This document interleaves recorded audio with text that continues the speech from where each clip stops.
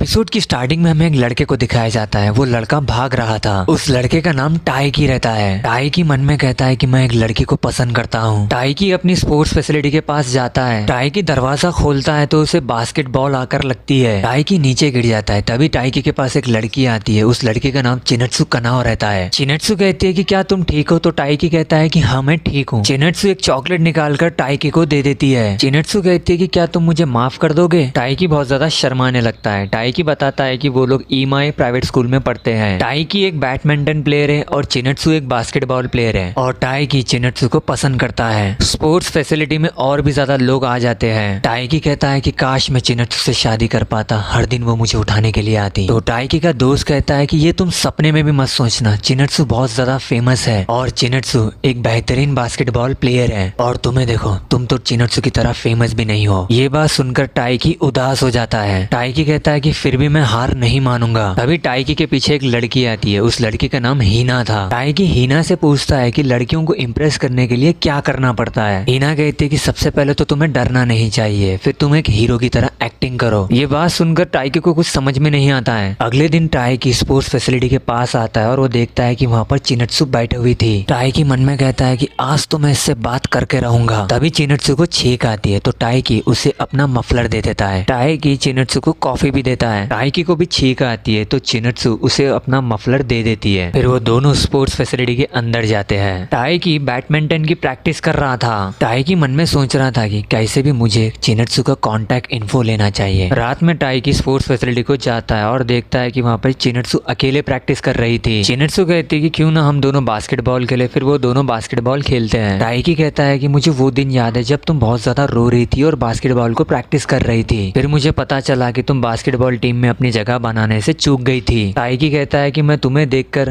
Motivate होता हूँ। ये बात सुनकर चिनत्सु बहुत ज्यादा शर्माने लगती है। अगले दिन टाइकी अपनी टिफिन ले रहा था। तभी वो देखता है कि चिनत्सु की मैगजीन वहाँ पर पड़ी हुई थी। टाइकी अपनी मॉम से पूछता है कि क्या आप चिनत्सु को जानती हो? तो टाइकी की मॉम कहती है कि हाँ वो मेरी दोस्त की बेटी है, लेकिन चिनत्सु की फैमिली अब बाहर जाने वाले। ये सुनकर टाइकी बहुत ज्यादा चौंक जाता है। टाइकी सीधा भागकर स्पोर्ट्स फैसिलिटी को जाता है। टाइकी कहता है कि चिनत्सु तुम्हें कैसे भी नेशनल को जाना होगा, तुम इतनी आसानी से हार नहीं मान सकती। एक दिन तुम तुम्हारे गोल को अचीव कर लोगी और तुम बाहर मत जाओ। चिनत्सु कहती है कि मेरे मॉम डैड बाहर जा रहे हैं लेकिन मैं बाहर नहीं जा रही हूँ। ये सुनकर टाइकी की जान में जान आ जाती है। अगले दिन टाइकी उठता है और किचन में जाता है और वहाँ पर देखता है तो वहाँ पर चिनत्सु थी। चिनत्सु उसे गुड मॉर्निंग कहती है। ये देखकर टाइकी बहुत ज्यादा बौरान हो जाता है। टाइकी के पीछे से उसकी मॉम और चिनत्सु की मॉम आती है। टाइकी की मॉम कहती है कि चिनत्सु आज से हमारे साथ ही रहने वाली है। ये सुनकर टाइकी बहुत ज्यादा सरप्राइज हो जाता है। ये एपिसोड यहीं पर खत्म होता है। आपको अगर वीडियो पसंद आए तो वीडियो को लाइक करो, चैनल को सब्सक्राइब करो।